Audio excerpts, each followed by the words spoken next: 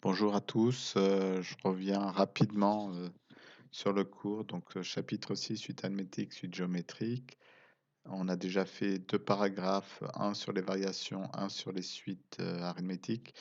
Et normalement, jeudi, vous avez copié un cours manuscrit. Donc, c'était une photo de ma page de cahier sur les suites géométriques.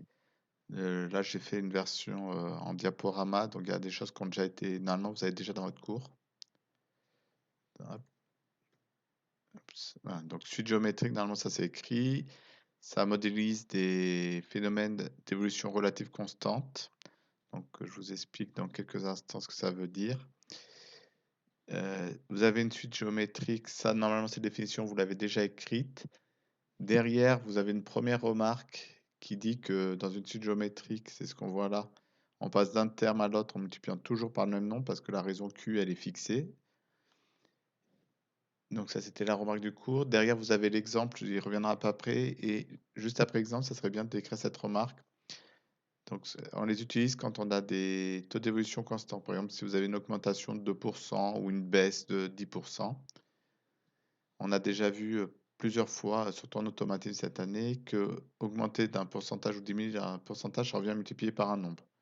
Donc ici, par exemple, en l'occurrence, pour 2%, le coefficient multiplicateur, c'est 1,02. C'est 1 plus 2 sur 100. Quand c'est une baisse, on fait avec moins. Et donc, et c'est ça en fait ce qu'on appelle, je reviens un peu en arrière, une évolution relative constante, relative parce que en fait, ça va dépendre du terme précédent, de combien on augmente, c'est 2% du terme précédent. C'est pour ça qu'on n'est pas en absolu. Absolu, ça ne dépendrait pas du terme précédent, c'est ce qu'on avait pour les suites arithmétiques. Donc ici, la quantité qui augmente, c'est pas toujours la même, mais le multiplicateur est toujours le même. Je ne suis pas sûr d'avoir été très clair. Si vous avez des questions, je vous y répondrai jeudi. Donc ça, je vous invite à écrire cette remarque. Vous faites une petite. De toute façon, vous avez le diaporama, donc vous pouvez la récupérer. Ensuite, il y a l'exemple. Donc dans la version, je vous l'ai déjà écrite.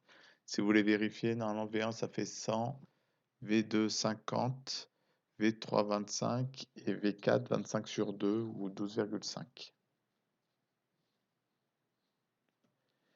Et vous avez cette propriété qui nous dit, alors il faudra faire attention, mais normalement à votre niveau on utilisera que des suites, on étudiera pardon, que des suites géométriques à terme positif.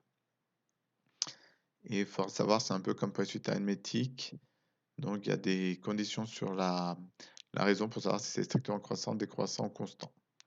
Donc quand la raison est plus grande que 1, c'est croissant. Si la raison est entre 0, 1, 0 et 1, c'est décroissant. Et si c'est égal à 1, c'est constant. Donc ça veut dire on multiplie toujours par 1, donc on ne change pas la valeur. Si vous faites le lien avec les taux d'évolution, quand vous avez une augmentation, vous faites 1 plus, donc vous avez un nombre plus grand qu'un, et quand vous faites c'est une augmentation, donc les valeurs augmentent. Et quand vous avez une diminution, vous faites 1 moins, et vous avez un nombre entre 0 et 1, et vous faites une diminution. Donc ça fait le lien, pourquoi ça donne des suites croissantes, décroissantes. Et si on reprend l'exemple de la suite V qui était donné juste avant, là dans votre cours, on a bien des termes positifs.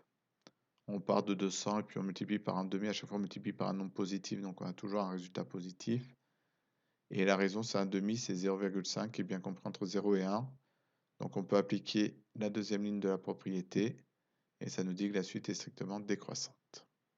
Voilà.